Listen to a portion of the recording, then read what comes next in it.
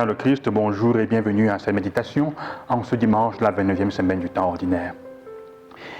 Les événements d'il y a quelques jours m'ont interpellé un peu, disons comme ça, la mort de la jeune enfant à Boya, tuée par une balle d'un gendarme.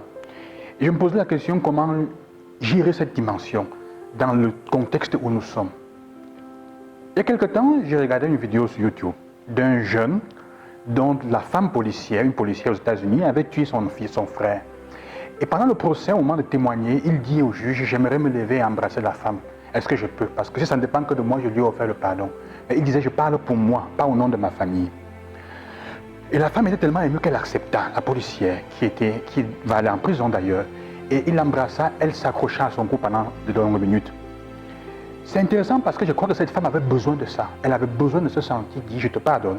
Et il lui avait dit d'une manière très belle. Je connais l'histoire d'une autre dame dont le fils avait été tué par des drogués. Et le garçon est allé en prison, qui était leur voisin d'ailleurs. Quand il est sorti de la prison, elle a passé le temps à aller lui rendre visite en prison au tueur de son enfant. Sorti de la prison, il a commencé à vivre avec elle. Il est devenu pour elle comme un fils. Je vous raconte cela parce que ça me permet de revenir à ce que la parole la première lecture dit. La première lecture dit, elle dit de cette façon, broyé par la souffrance, le serviteur a plu au Seigneur. On ne plaît pas au Seigneur, ce n'est pas la souffrance du serviteur qui plaît au Seigneur. Mais c'est la manière avec laquelle il affronte sa souffrance et comment il la transforme pour qu'elle devienne un bien pour les autres qui fait que ça plaise au Seigneur. J'ai la même histoire d'une autre femme qui a créé une fondation après qu'on ait tué son fils pour les enfants, les hommes, les jeunes qui étaient dans la situation de ceux qui avaient tué son fils parce qu'ils étaient enfants de la rue. Alors elle a transformé sa souffrance, faisant de cette souffrance quelque chose qui a changé la vie des autres.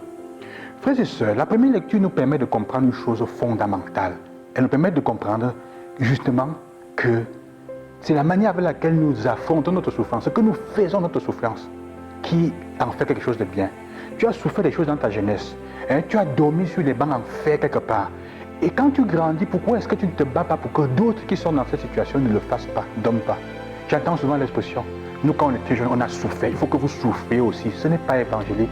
Notre souffrance devrait nous permettre de changer la situation de ceux qui sont dans le même contexte. C'est ça l'évangile.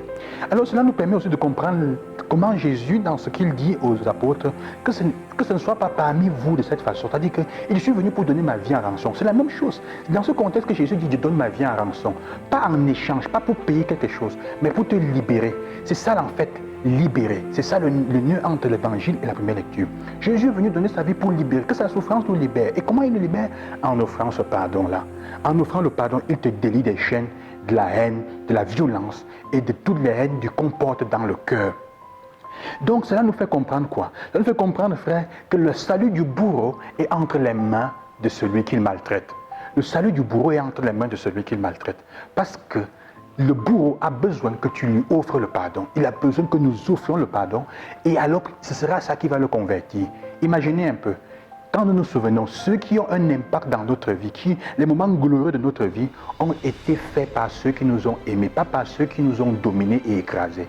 C'est pour ça que Jésus dit, je ne veux pas que parmi vous, il y en a qui écrasent d'autres, qui ne soient pas parmi vous comme ceux qui se dominent, qui commencent à écraser les autres en disant, comme j'ai souffert, je veux faire souffrir. Souvent c'est ça. Dans nos désirs, souvent, comme le désir des Jean et Jacques d'être les premiers, il n'y a pas tellement il n'y a pas de mal.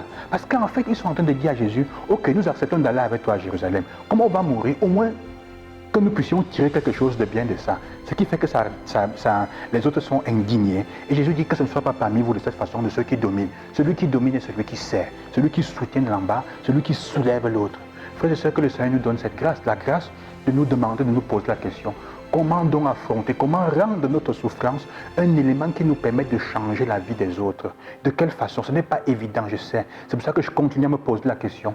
Comment allons-nous affronter la situation de ce gendarme qui a quand même été tué, et je ne pense pas qu'il l'a fait par goût, mais qu'est-ce qui s'est passé? Et quand même aussi de cette famille avec cet enfant.